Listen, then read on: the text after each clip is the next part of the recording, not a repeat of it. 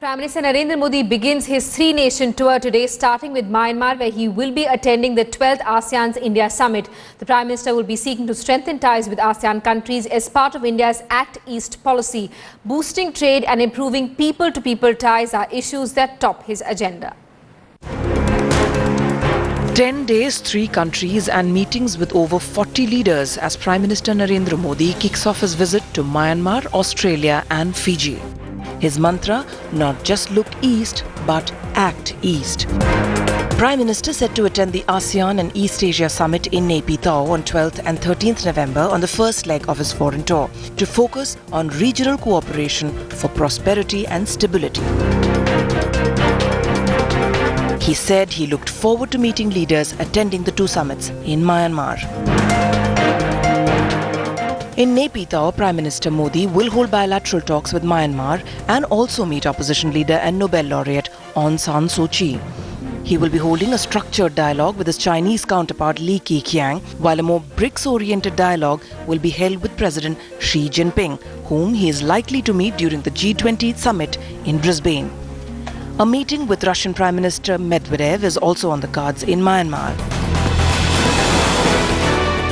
Prime Minister's visit will be an important landmark in what we call re-engaging Australia and its businesses, and also Indian communities, and also to strengthen contacts in the Pacific region, which will be fortified by the visit to Fiji on the 19th of November 2014.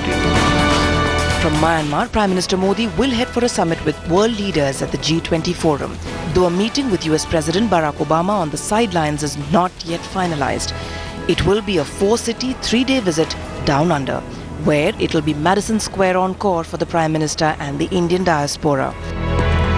On the last leg of his visit, Prime Minister Modi will re-enthuse decades-old ethnic ties with Fiji. He is the first Indian Prime Minister in 33 years to be visiting the island nation that hosted Indian scientists in support of the Mars mission. With Smita Sharma, Bureau Report, Headlines Today. Let's get a word from Kamaljeet Sandhu, who's with us live from the national capital this morning. Kamaljeet, a hectic 10 days for the Prime Minister. What are the big takeaways that he's looking at from Myanmar? Well, definitely. So it's an important meeting there, and obviously he meets Li Keqiang also of the China.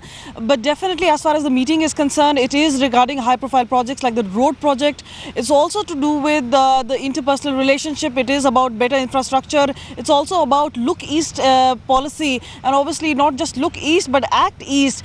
This is something that he is going to be looking at. But obviously, this is also about strengthening ties. And remember, earlier in the UPA government, the east was not really specific as far as strengthening ties were concerned, but right now it is also about concentration on small neighbors and also countries like Myanmar, and that is why Prime Minister is spending time in Naypyidaw. He would obviously be having crucial meetings there. He's going to be hinting at obviously pushing that big road project of 3,200 crore rupees.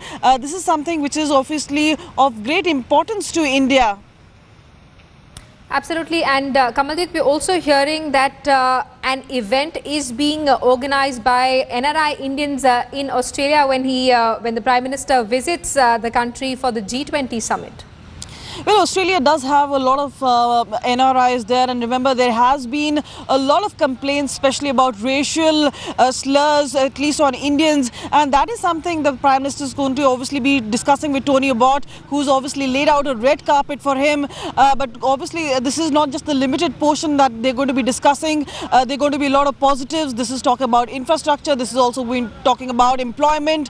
A lot of Indians who've been talking about moving to Australia for better opportunities.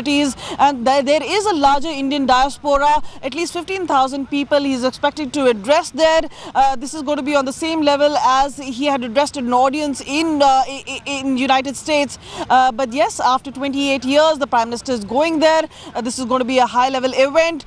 This is not only a concentration on G20, where is he going to be talking about black money. This is obviously also addressing a certain number of NRI people who are based there, and obviously getting more investments from Australia, getting a better concentration from there, and also talking about their own concerns about their own people in Australia.